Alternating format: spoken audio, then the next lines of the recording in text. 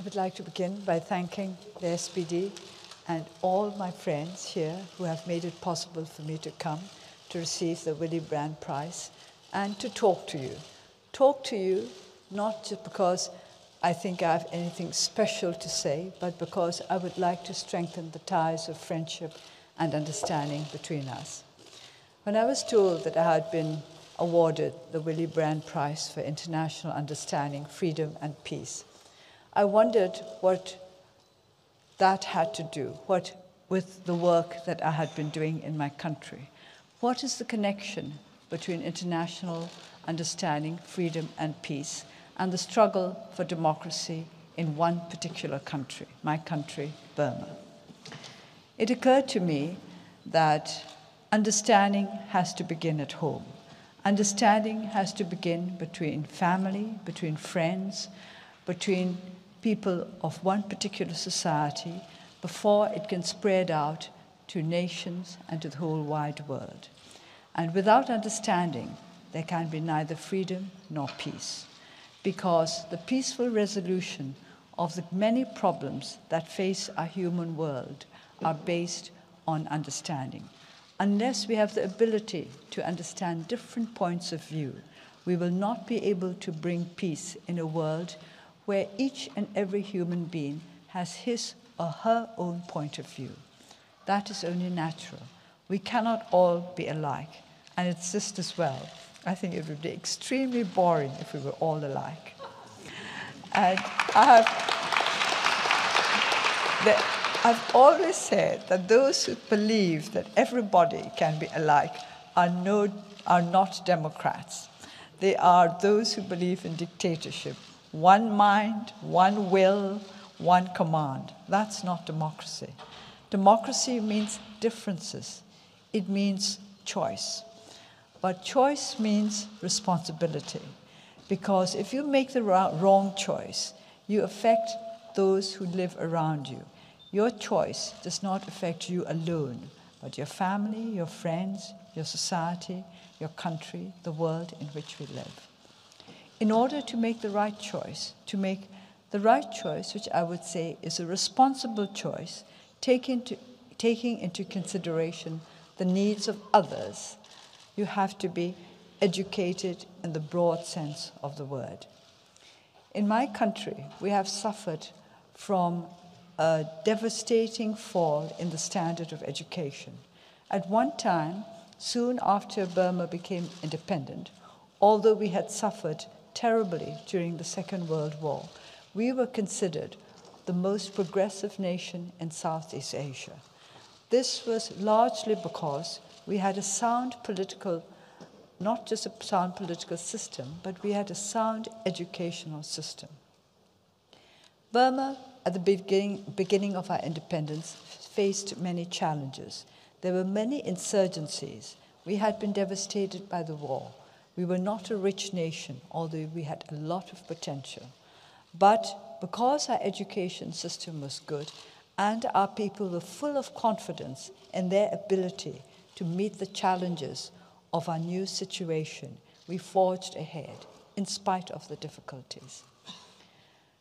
In those days, we were trying to build up a democratic union. Burma is a land of many ethnic nationalities. Now, I think at this point, I must explain my use of the word Burma, because many people have asked me about this. When we became independent in 1948, we were known as Burma. I can't quite remember the exact year, which shows how much importance I put on it, but during the tenure of the Burma Socialist Program Party, I think somewhere in the 1970s and 80s, we continued to be Burma. But after the military regime took over in 1988, one day it was announced, I understand in the newspapers and on the state radio, that our country would henceforth be known internationally as Myanmar and no longer as Burma. The official explanation, as it was given, was that Burma was a colonial invention, whereas Myanmar was a native name. it was our name for our country. This, of course, is not true. As I said earlier, Burma is a country of many ethnic nationalities, and the Burmese are just one of those ethnic nationalities. The literary name for the Burmese is Myanmar. So in fact, the name Myanmar is simply the literary name of one particular ethnic group, the biggest ethnic group, the Burmese. I am a Burmese. Now, or Myanmar. In Burmese, we say Myanmar. When I speak in Burmese, I never refer to us as Burmese. I refer to us as Myanmar. I think the same way as when you speak English, you refer to yourself as Germans rather than as Deutsch. That is perfectly natural. Or the French will say they are French rather than Français when they speak English. In the same way, when I speak English, I refer to my country as Burma. But the main reason why I object to the new name Myanmar is because it was imposed on our country without referring to the will of our people. In other words, Myanmar was a name given to us in an entirely undemocratic fashion. It was decided by those in power that this was how we were going to be known. So I continue to refer to my country as Burma.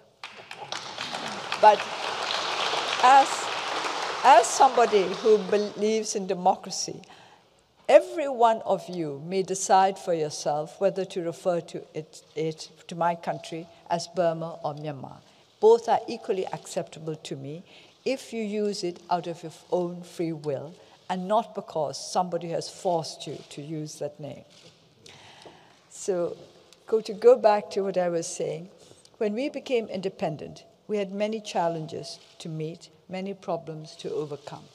But we were full of confidence because we felt that we, a small nation, a people not particularly well known in the world, had been able to stand up to, at that time, two of the greatest powers in the world, Britain and Japan, during the course of the war, and to emerge in 1948 triumphantly independent once again.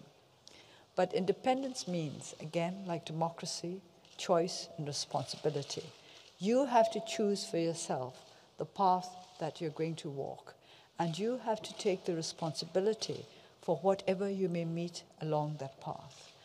And whatever you may meet, you have to make the best of it, not just for yourself or for your generation, but for generations to come.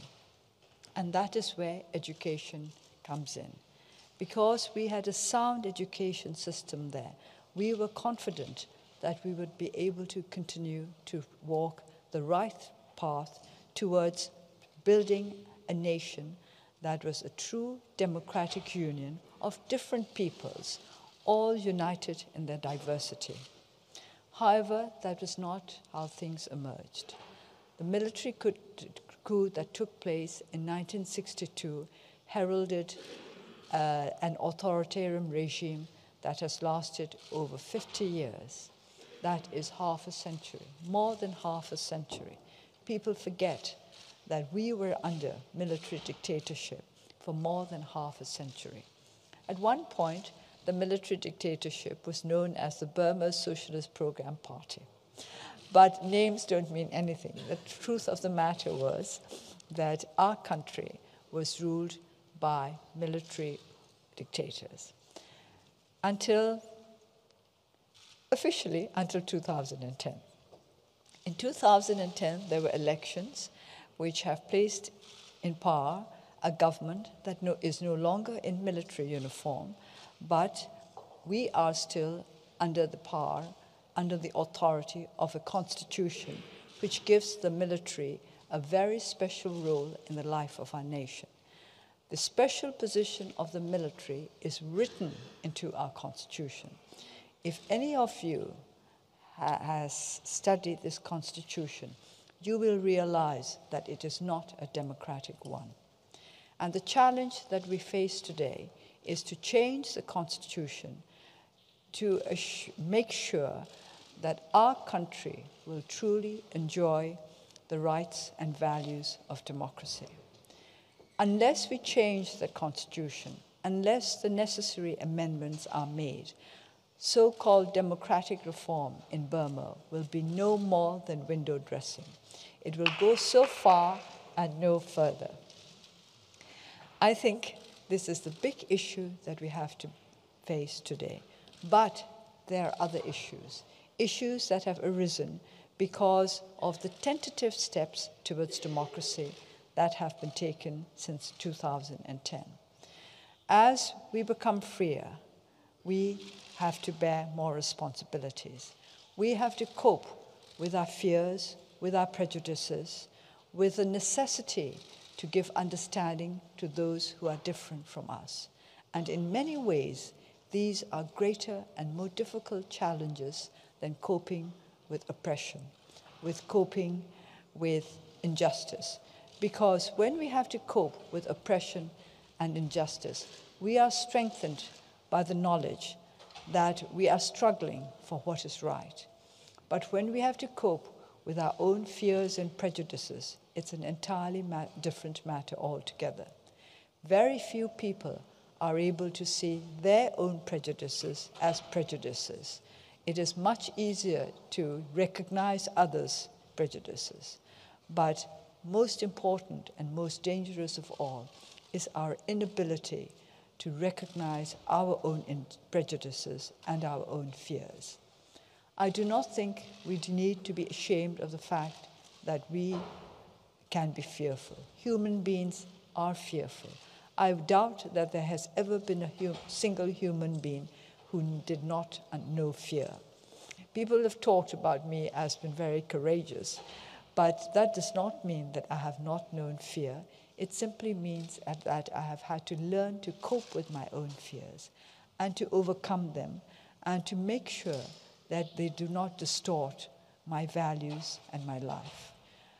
But if we do not have the courage to face our own weaknesses, we will not be able to forge ahead. Apart from the challenges of a constitution which is undemocratic, we have to face the challenges of tensions within our own country, ethnic tensions, communal tensions. And as we face these tensions, we are in grave need of the understanding and help of our friends from all over the world. I do not believe that we can resolve conflict through condemnation, through anger, through trying to find out whom we should accuse of the troubles that have arisen. What we have to try to do is to recognize the foundations of the fears and prejudices that have led to hatred and to conflict. If we find out what the roots of fear and prejudice are, we will be able to cope with the consequences of these fears and prejudices. Unless we can do that, we will not be able to bring peace or freedom to our country. And as long as peace and freedom are lacking in one particular country, we cannot claim that the whole world is at peace. Willy Brandt was right in equating freedom and peace with democracy. We need all three if we are to live our lives as dignified human beings. I, like many who believe in democracy, recognize that it's not a perfect system, but still the best that we have been able to devise, because it gives an opportunity for everybody to express their own values without fear that they will be condemned or punished for holding these values, for subscribing to these values. The values that we believe in, as those who truly believe in democracy, are that we can learn to live with one another despite our differences. But in order to live together in peace with those who think differently from us, we have to be aware of the need for what I refer to as negotiated compromise. To me, that is the foundation of a democratic culture. And what we are trying to do in Burma is not simply to set up a democratic political system, but to establish the foundation of a truly democratic culture. It is not easy, after half a century of dictatorship, to establish such a foundation. Our young people grew up under an authoritarian regime. And an authoritarian regime not only breeds fear, it narrows our outlook of the world in which we live. In order to be safe, we have to keep to a very narrow path. And after having kept to an extremely narrow path for decades, it is difficult for us to broaden our horizons. We will do it, we can do it, but it will take time. At the same time, we cannot afford to be too relaxed about taking our time. So what we have to do is to make haste slowly, or putting it the other way around, we have to hastily be slow. We can't be too slow. We have to forge ahead for the sake of generations to come, because the world is not going to wait for us to catch up. However much sympathy there may be for us, however warm the friendship for us, the world will not wait. This is the way of the world. It will go on. It will go along its own path, and unless we can keep up with them, we will simply fall behind. And for me, that is great concern, that our country should not continue to fall behind the rest of the world in our quest for understanding, freedom, and peace, starting with understanding, freedom, and peace within our own country. We would like those in our country who still exercise tremendous power, but who still do not really believe in democratic values, that we would like them to understand that democracy is not meant to hurt anybody, that when we ask for democracy, for freedom, for peace, we're not asking for democracy and freedom and peace in order to punish anybody or in order to take away from anybody. We want to give. We want democracy to make the lives of all those who live in our country fuller and more meaningful. There is too much fear and concern for the future in those who have held unchallenged power in the past. It is very difficult for those who have never had their authority, their decisions questioned, to live suddenly in a world where they can be questioned for anything at all. And when they are questioned, they find that they do not have the answers. And then it is a further puzzlement for them to realize that people are not satisfied with not getting answers. That is democracy. Democracy is responsibility.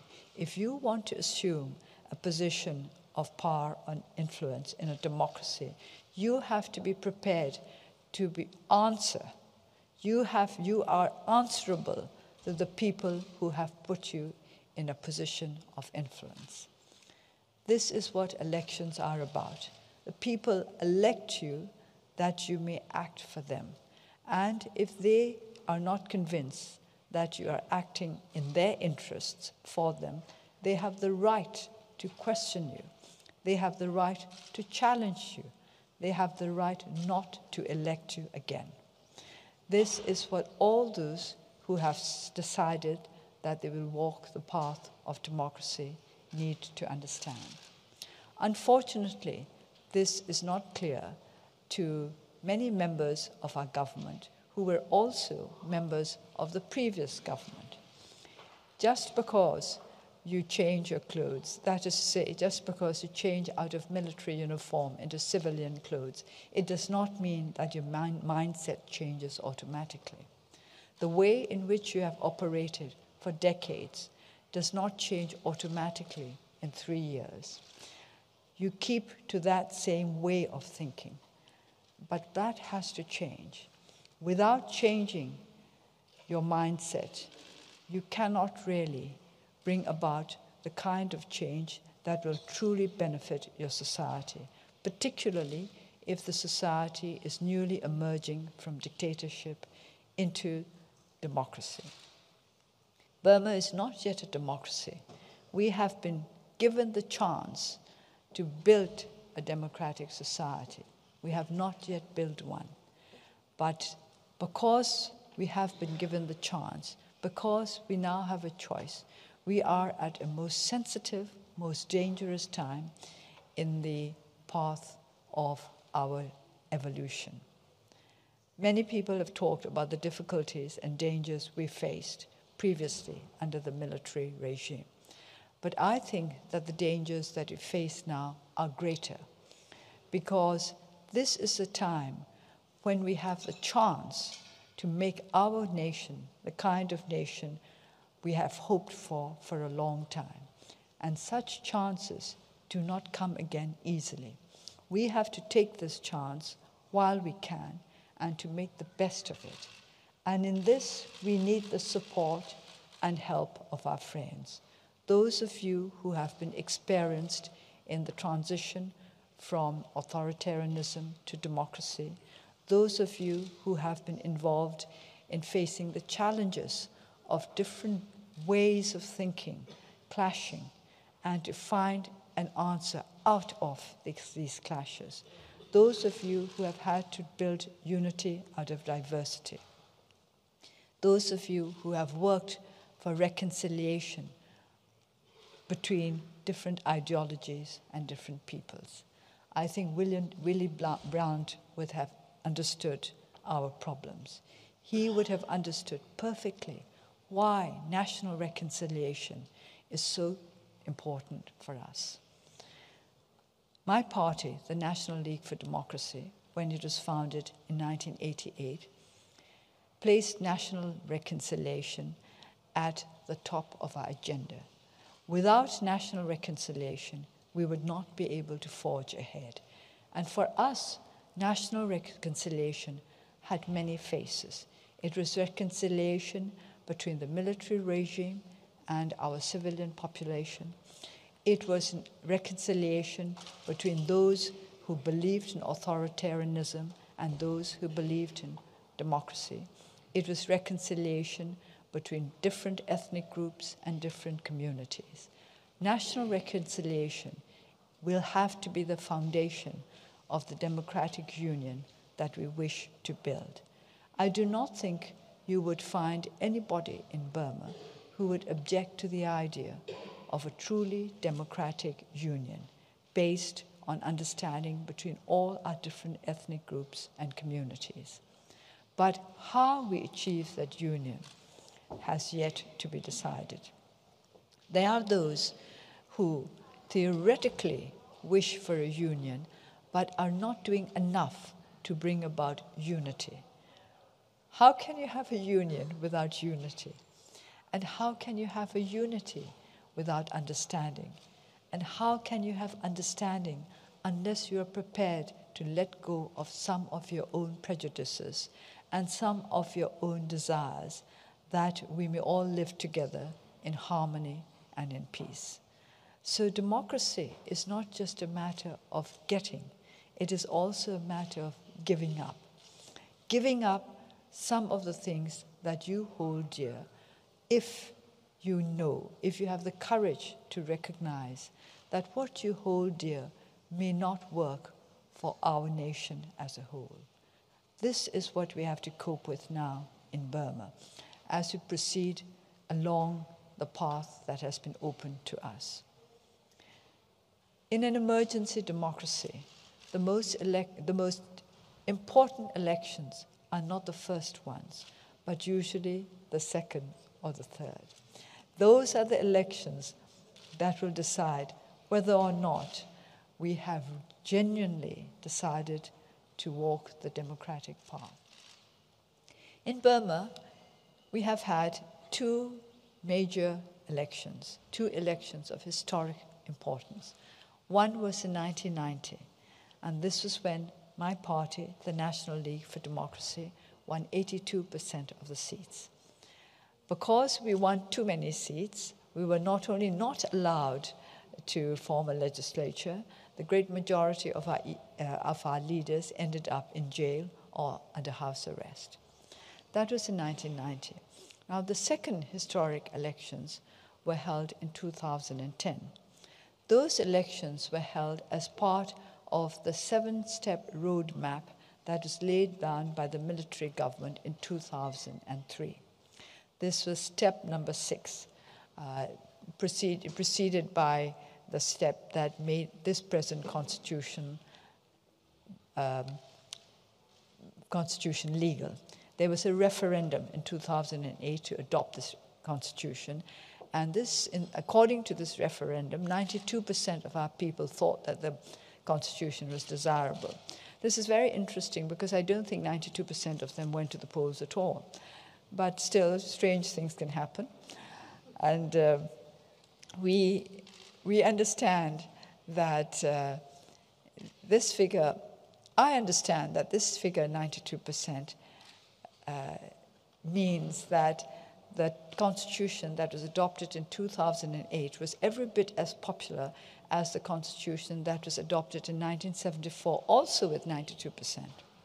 Coincidences happen in Burma. But the 1974 constitution was a socialist one. This was the one on which the Burma Socialist Program Party government founded its authority.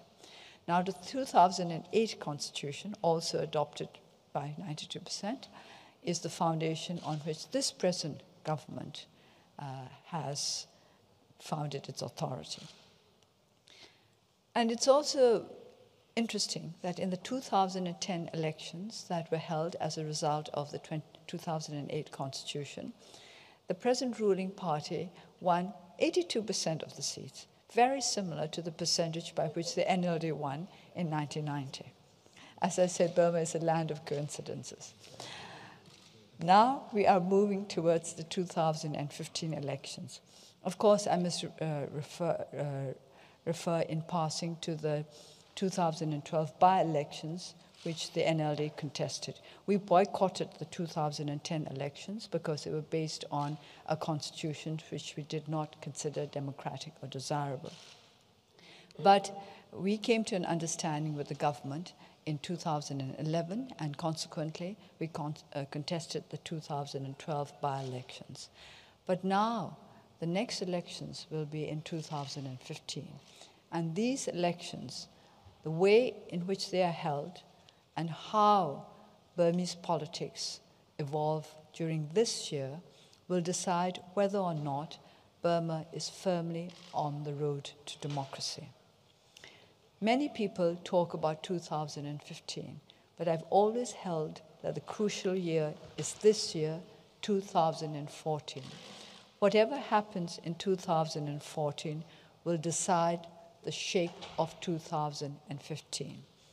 Whatever emerges in 2014 with regard to amendments to the Constitution and the resolution of internal conflicts will decide how we are going to proceed in 2015. So instead of looking only at 2015, we need to look at Burma now, today.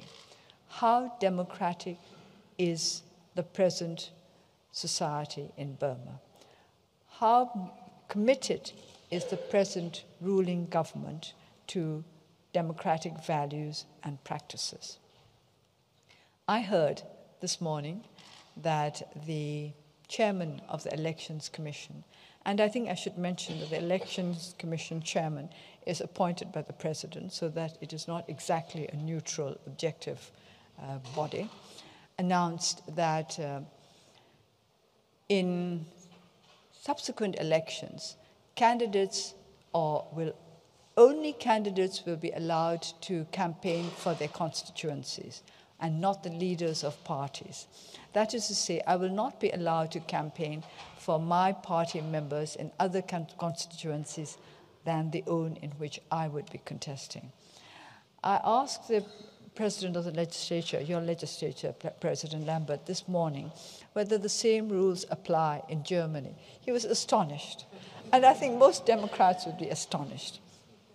So I mention this because I would like you to understand the necessity to keep a very keen eye on what is happening in Burma now and on the steps that the government and those bodies that are closely associated with the government, such as the Elections Committee, are doing now in order to ensure that the 2015 elections will fall into the kind of pattern they desire.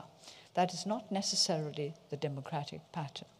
So I would like to urge my friends and our well-wishers, our friends, to keep a very, very keen eye on what is happening in my country today, now, and what will continue to happen throughout this year, because this will give a very clear indication of where this government is trying to go, where it wants to go. Does it want to go towards a truly democratic union, or does it want to go towards an authoritarian state disguised in democratic garb? This is something that you must study and try to make the whole world understand what is going on. We are not so proud or vain as to think that we can stand alone in this world. No country can stand alone in this world today. And when we say that we need the support and understanding of friends and well-wishers, it is not because we do not have belief in our own selves. It is not because we do not have confidence in our ability to take care of our own problems, but because we recognize that the problems of nations in today's world are all linked in some way or the other. It is amazing how those who talk about the sovereignty of their nation, about the necessity to keep nations from interfering in the internal affairs of other nations. It's amazing how those who engage in such rhetoric are quite happy to let any nation engage with them economically if they think it's in their interest. So we cannot separate issues in this way. We have to take a holistic view of democracy. We have to understand that if we believe in global partnership, if we believe in the links between nations in this day and age, then we have to believe also in the necessity for nations to support one another in the values in which we believe. Willy Brandt believed in the values of democracy. He believed in the values of freedom, of peace, of understanding. We in the National League for Democracy and other democratic forces in Burma believe in these same values. And that is what brings us close to one another. That is what gives us the right to refer to you as our friends, linked together by shared values and interests.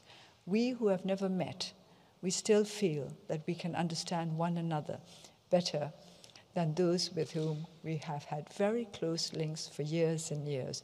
You have the closest links with your jailers, by the way. I think you should understand that. For years and years, many of my colleagues who were in prison had contact with very few people beyond those who were keeping them under detention.